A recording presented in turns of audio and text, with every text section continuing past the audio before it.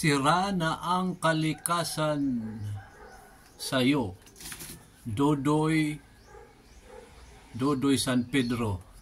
Ayan, so ito kasi kahapon habang nagdudurog ako nitong mga batong to. Ayan, nag-live ako, nagdudurog ako ng mga bato. Ayan. Aba, nag-comment ba naman yung nag-comment si Dodong San Pedro. Sira daw ang kalikasan sa akin. So, Sir Dodong San Pedro, paano mo nasabi na sira ang kalikasan sa akin? Ayan, nagdurog lang ako ng bato, sira na agad yung kalikasan? Ha? Anong nangyari sa'yo? Ha? Alam mo ba kung saan galing tong mga to? Saan galing tong mga to? Galing sa ilog yan. Pinulot ko lang po sa ilog yan. Ayan. Pinulot ko lang yan sa ilog. Paano naging nasira yung kalikasan dahil sa akin? Ha? So, ito. Hindi ko sana papatulan to. Kaya lang pagka ako talaga nainis, papatulan kita. Kasi,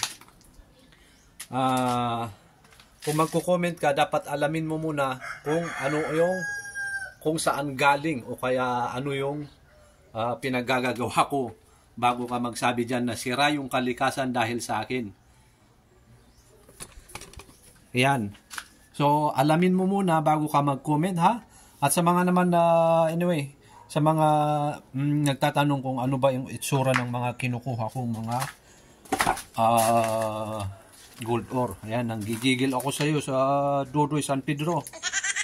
Ito yung mga nakukuha kong mga gold ore na may laman na ginto at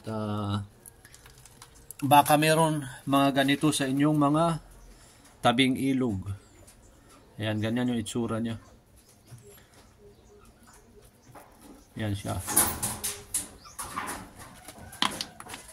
Ito. So, naiinis lang talaga kasi ako dahil kailan ako nag-live? Wednesday, Thursday. Wednesday yata yun, nag-live ako. Tapos, nag-comment yung si Dodong San Pedro na yan. Kaya, nainis lang ako. Nanggigigil ako sa iyo eh. Paano naging nasira yung kalikasan dahil sa akin? Paano? Mag-explain ka. Tulonggis ka eh. Ito yung mga nakukuha kong gold ore sa ilog. At siyempre, ito yung natapos ko kahapon. Ayan yun, natapos natin kahapon. Ayan siya. At siguro matapos ko na rin to ngayong araw na to. Ayan. Ito yung ito may laman na konti.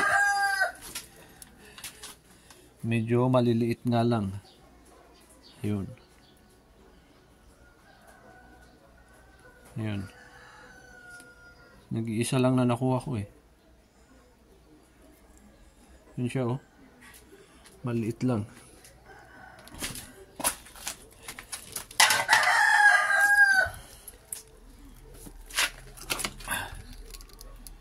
So ito kasi kaya natin pinipino na ganito siya kapino pag dinurog dahil yung bull mill dito sa amin ay ganito siya kaliit. Ayan. Ganyan siya kaliit. Nagkakarga lang ng isa o dalawang sako dahil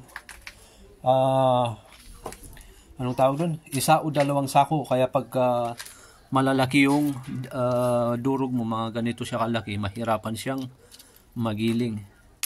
Ayan, nalilito na ako dahil sa'yo. Dodong, mag-explain ka paano nasira yung kalikasan.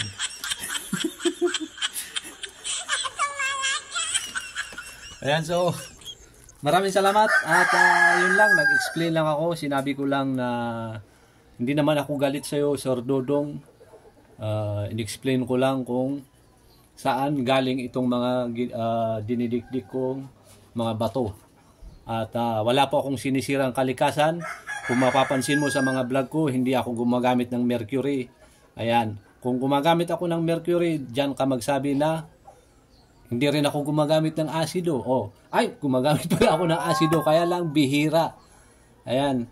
So, sana sa susunod, huwag kang magko-comment ng hindi mo pinag-isipan. Pag-isipan mo muna bago ka mag-comment, ha. Ayan, maraming salamat at kita-kits sa ating susunod na video. Bye-bye.